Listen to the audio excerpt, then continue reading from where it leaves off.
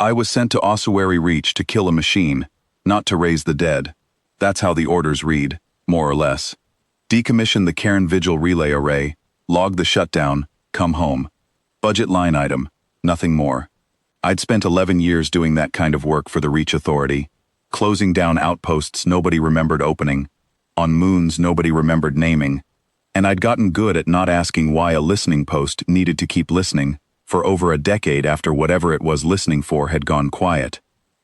The Cairn Vigil sat under a dome of pressure glass ice, 3 stories of black stone and old brass fittings, built into the shelf of a frozen moon that circled a dead star. No true night up there. The ice diffused the starlight into something like permanent morning, pale and flat and endless, and it came through the dome in long bars that moved across the floor like the slowest clock ever built. I remember thinking, walking in, that a place built to wait for someone would look exactly like this. The corridors smelled of cold brass and old paper, the particular smell of instruments that have been polished by hand for longer than they've been useful.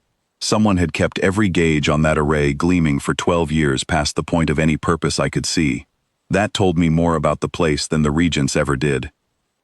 The regents met me at the door, 3 of them, Thren nobles in dark formal collars, faces the color of wet slate, eyes too large and too still for comfort.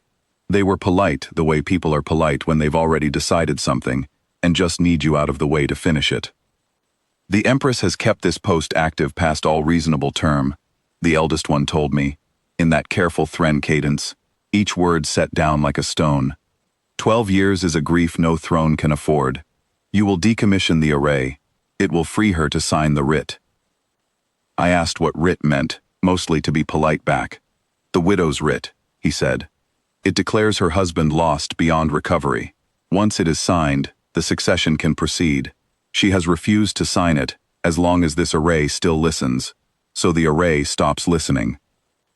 I didn't much like the shape of that plan, dead husband as a line-item obstacle to somebody else's succession, but it wasn't my post, and it wasn't my grief. I told them I'd need 2 days with the relay coils before I could pull the core, and they left me to it. Her name was Sael. I knew that going in.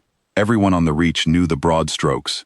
The Thren Empress who wouldn't let go of a human husband named Corin Vale, lost with his whole survey team in a rift called the Hollow Drift a dozen years back. I didn't expect to see her.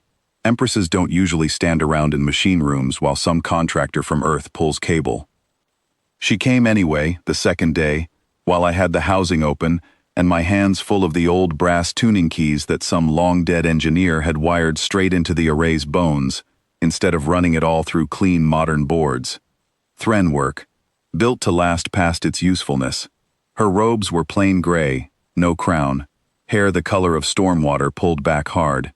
She didn't ask what I was doing. She stood in the doorway and watched, and her eyes, storm gray, unnervingly wide, the kind of eyes that never learned how to hide anything, never left my hands. I kept working because I didn't know what else to do with an empress standing in a doorway not saying anything. The tuning keys wanted a rhythm. Old relay gear like that, you don't just flip a switch, you have to walk the frequency down in taps, 3 quick and 1 long, over and over, coaxing the signal to release its lock before you can pull the coil. I'd done it 100 times on other dead posts.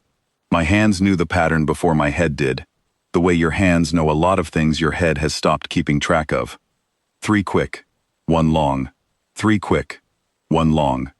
I heard her make a sound behind me, not quite a word, and when I turned, she had both hands pressed to her mouth, and she was looking at my hands like they'd become something other than hands. Nobody had told her the shutdown work started that morning. She'd have had no reason to be standing in a machine room at all, except that something in the building had reached her, before I understood it was reaching anyone. "Where did you learn that?" she said, not sharp, barely above a whisper. I told her the truth, which was that I hadn't learned it anywhere I could name. It was just how my hands moved on old relay coils. Always had been, since before I could remember. And there was a lot before I couldn't remember. 11 years back, a rescue crew had pulled me out of a derelict survey pod adrift, near a rift they called the Hollow Drift, half-starved, memory scoured clean, by whatever the rift did to a mind. No ident chip that would read. No next of kin that would answer a hail. Standard practice for a case like that, They gave me a clean service record and a name that wasn't attached to any grief, and I went to work in signals because my hands already knew how, and nobody ever asked me to explain that. I'd stopped asking myself too, a long time before ossuary reach. Sail crossed the room. She didn't touch me. Thren don't. Not without leave. And I understood by then that leave was a serious thing to her. But she stood close enough that I could see her hands were shaking. He tapped that same rhythm on the rail of our balcony every morning, she said. For 9 years. I asked him once why 3, and then 1. And he said he didn't know. It was just how his hands went. I thought I would never hear it again as long as I lived. I want to say I remembered him in that moment.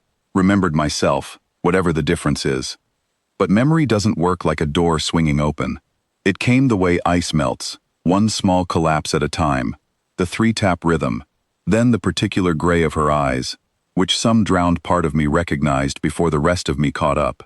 Then, standing there with brass tuning keys still in my hand, a phrase surfaced whole and unbidden, in a Thren dialect I had no business knowing, a private endearment, the kind you only ever say to one person, in a voice that wasn't quite mine yet, and wasn't quite not. She heard it, and her composure broke, quiet and total, the way ice goes when the crack finally reaches all the way through. Not sobbing, just tears, finally let down after 12 years of a face trained, not to show the court what it cost her to keep listening. Corin, she said. I don't know if that's still my name, I told her, honestly, because it seemed like the only thing worth saying. I've been Warren a long time, longer than I was ever him, that I remember. Then be both, she said. I only ever needed the hands that knew the rhythm, and the man who never stopped choosing me before he forgot how. The rest we can build again. I didn't sign anything that day, and neither did she. No court was called. No regents summoned to witness a reunion staged for the succession records.